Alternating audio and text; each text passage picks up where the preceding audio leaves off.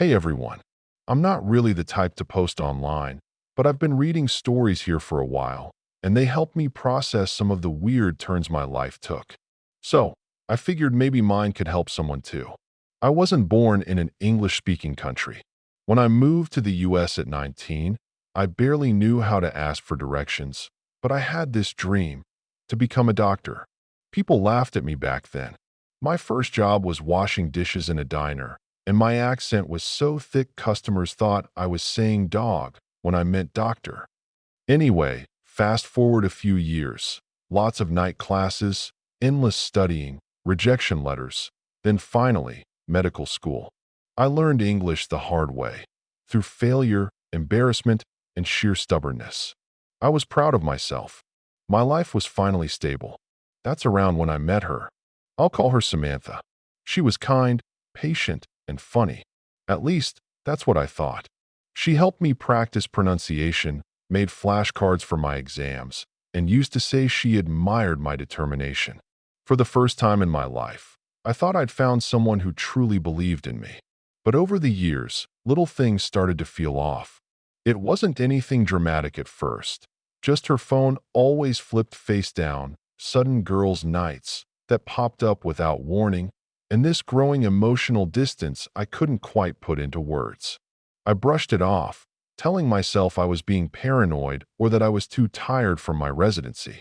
I even blamed my accent, like maybe I was misunderstanding things she said. But something deep down felt wrong, like a quiet knocking I kept trying to ignore. I didn't know it then, but that knocking was about to turn into a door getting kicked wide open. It happened on a random Tuesday. I just finished a 12-hour shift at the hospital, and all I wanted was to sleep for 2 days straight. I walked into our apartment, expecting to find Samantha curled up watching her crime shows. Instead, the place was quiet. Her laptop was open on the couch, which was weird. She was usually paranoid about privacy. I swear, I didn't go snooping on purpose. I just saw a notification pop up on her screen. It was a message preview. Can't wait to see you again. Last night was amazing. At first, I laughed. I actually laughed because I thought it was spam or some weird pop-up. But then another message appeared, and this one had her name in it. My stomach dropped. I clicked it before my brain could stop me. It opened a chat thread, long, intimate conversations. Photos, plans, jokes that weren't ours. My hands started shaking so bad, I almost dropped the laptop. I scrolled. There were messages from weeks, maybe months. And not just flirtation, she was telling him things about me. About my schedule. About how I barely had time for her. About how she felt trapped with someone too focused on his career. That hurt more than the cheating itself, I think. The idea that everything I'd worked for, everything I thought she was proud of, was actually something she resented. I didn't confront her right away. I just sat there, staring at the screen, trying to understand. My brain kept switching between disbelief and this cold, heavy numbness. I kept thinking, no, not her. She wouldn't.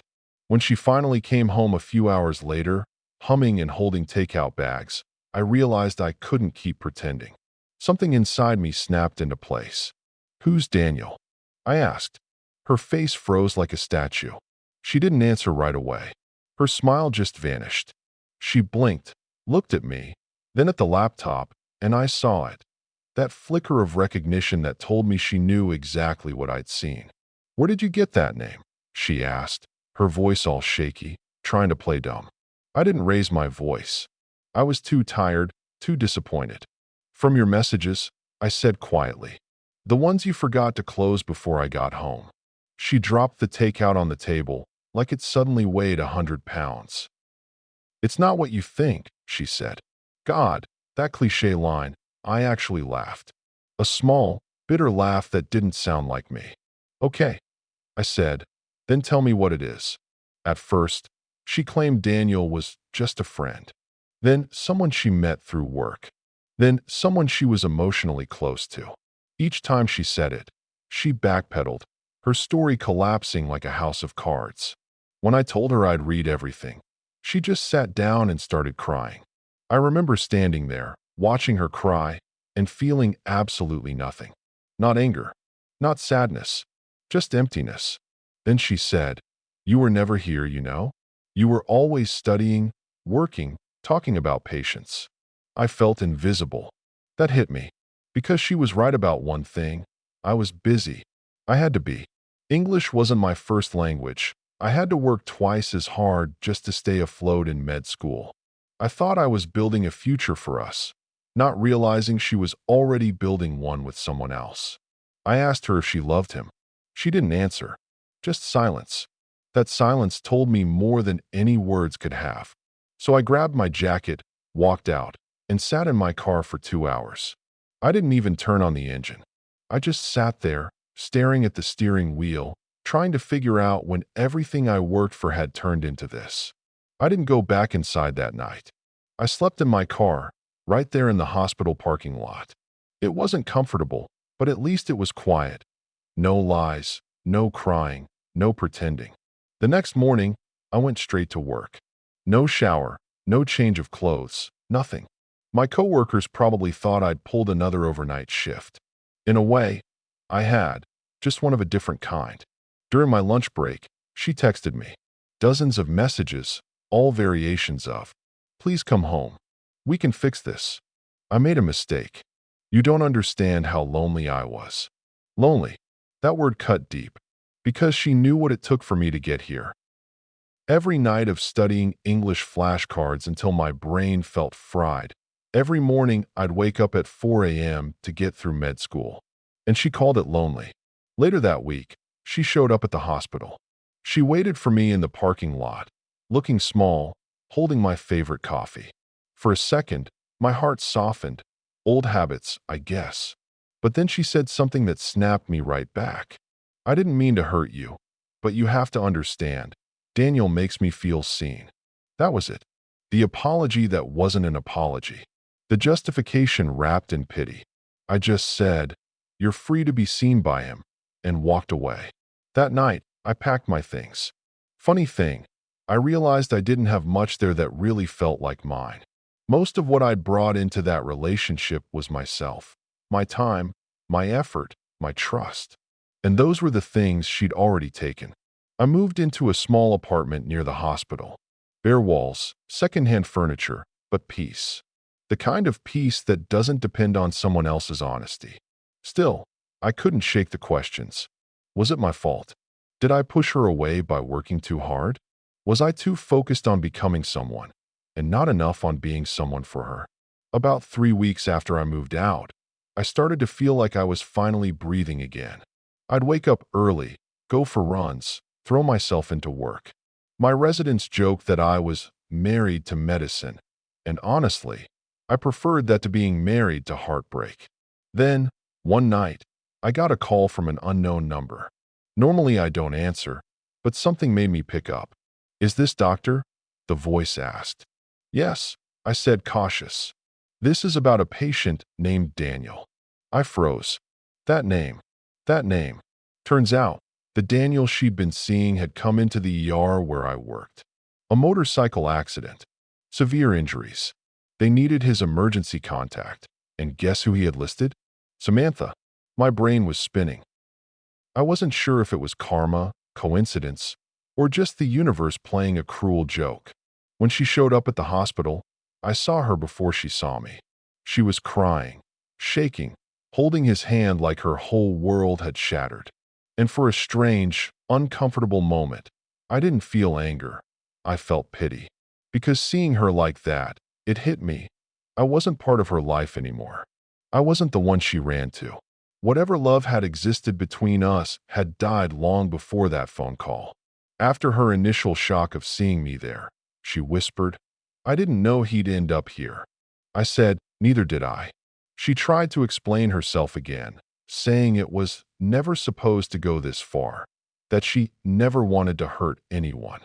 But standing there, watching her cry over him, I realized she didn't just hurt me. She destroyed herself, too. That night, after Daniel was stabilized and she left the hospital, I sat in the on-call room staring at my reflection in the monitor. I looked exhausted but lighter, somehow, like I'd just closed a chapter that had been slowly suffocating me. That night in the on-call room, I made a decision, not out of anger, not out of revenge, but out of pure self-preservation. I decided I was done letting other people define my worth. When you come from another country, with broken English and a dream everyone says is too big, you spend your whole life trying to prove yourself. To professors, to patients, to society, and apparently, even to the person you love. But sitting there under the harsh fluorescent lights, I realized something. I didn't need to prove anything anymore. I'd already survived worse. The next morning, I called Samantha. I told her I was filing for divorce. I didn't yell, didn't insult her. I just said, I forgive you, but I can't go back.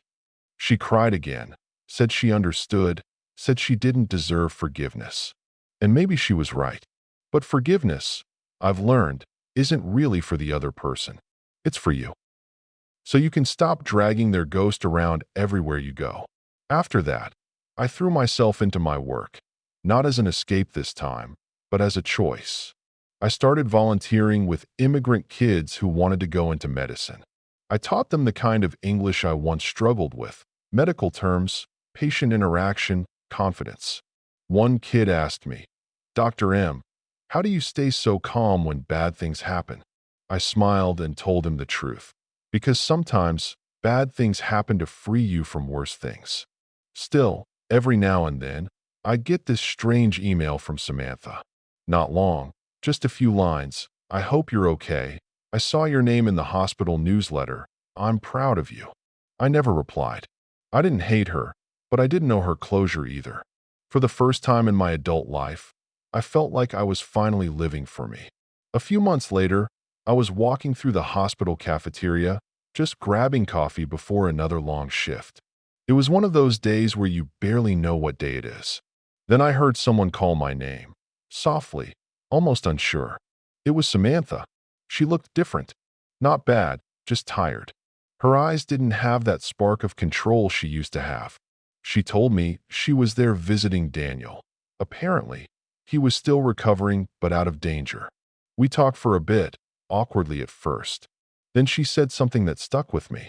You know, I thought I needed excitement, but I think I just needed peace. You had that. I just didn't know how to live with it. That line hit me harder than I expected. Not because I missed her, I didn't, but because I finally understood that her choices weren't really about me. She wasn't running from me. She was running from herself. I told her I hoped she'd find that peace she was looking for. And I meant it. When she walked away, something strange happened. I felt completely calm. No bitterness, no regret. Just this quiet, steady acceptance. Like I'd finally stopped fighting the past. After that day, I didn't see her again. But in a weird twist of fate, a week later, Daniel's sister, who had been visiting him in the hospital, approached me in the hallway. She thanked me for the care I gave her brother and said, he told me about you. He said he didn't know you were her husband until the day you treated him. Apparently, when he found out, he broke down and said, I deserve everything that happened. Hearing that didn't make me happy. It didn't make me sad either. It just felt complete, like a book closing softly after the final page. About 6 months after everything ended, life finally felt quiet again.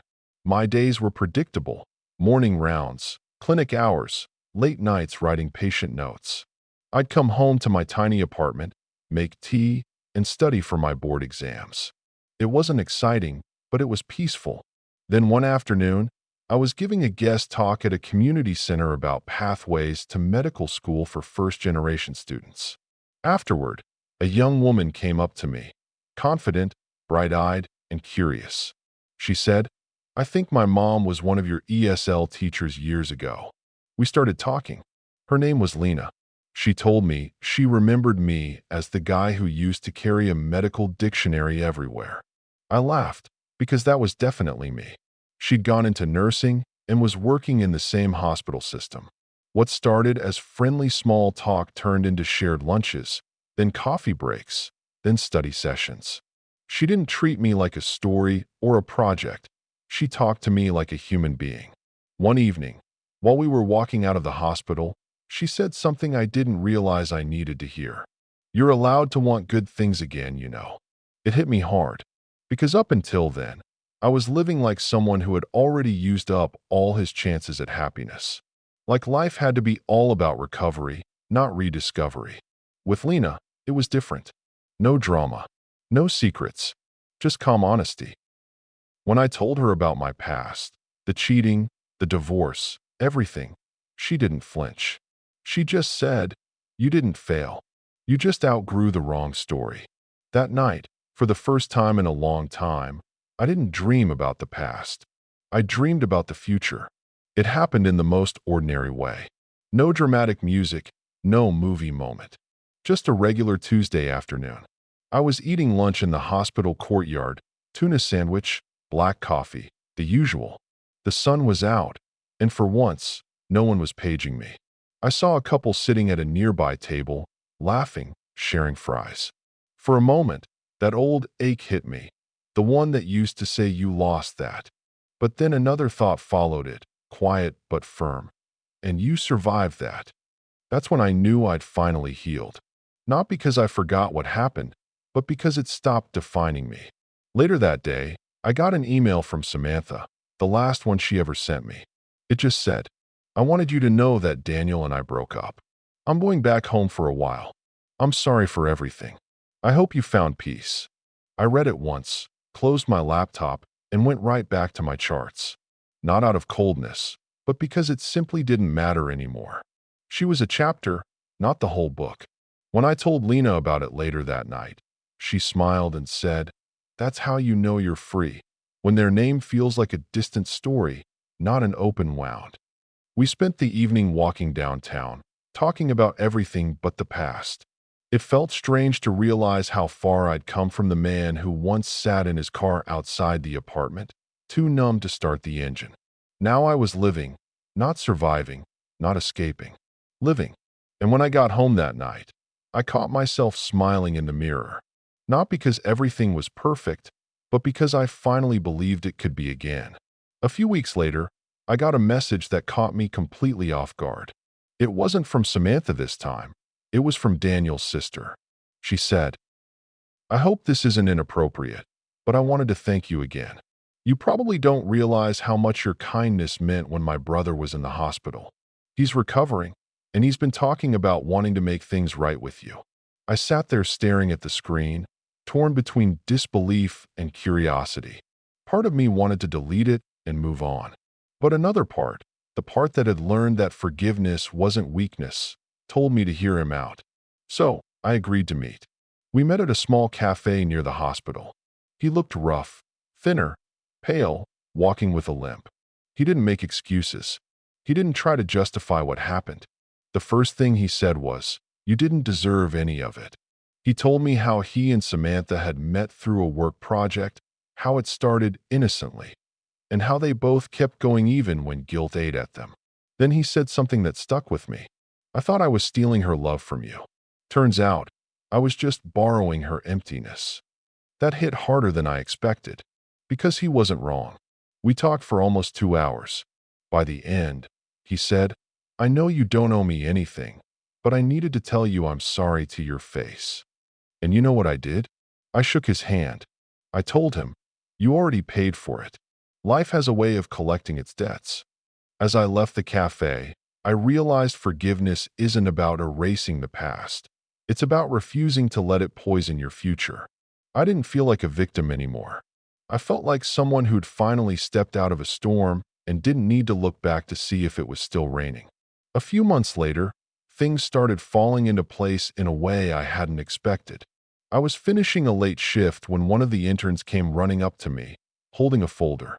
"Dr. M, you've been nominated for the Excellence in Teaching Award," she said, grinning. "The committee loved your work with the ESL medical students and volunteers." I laughed nervously. Me?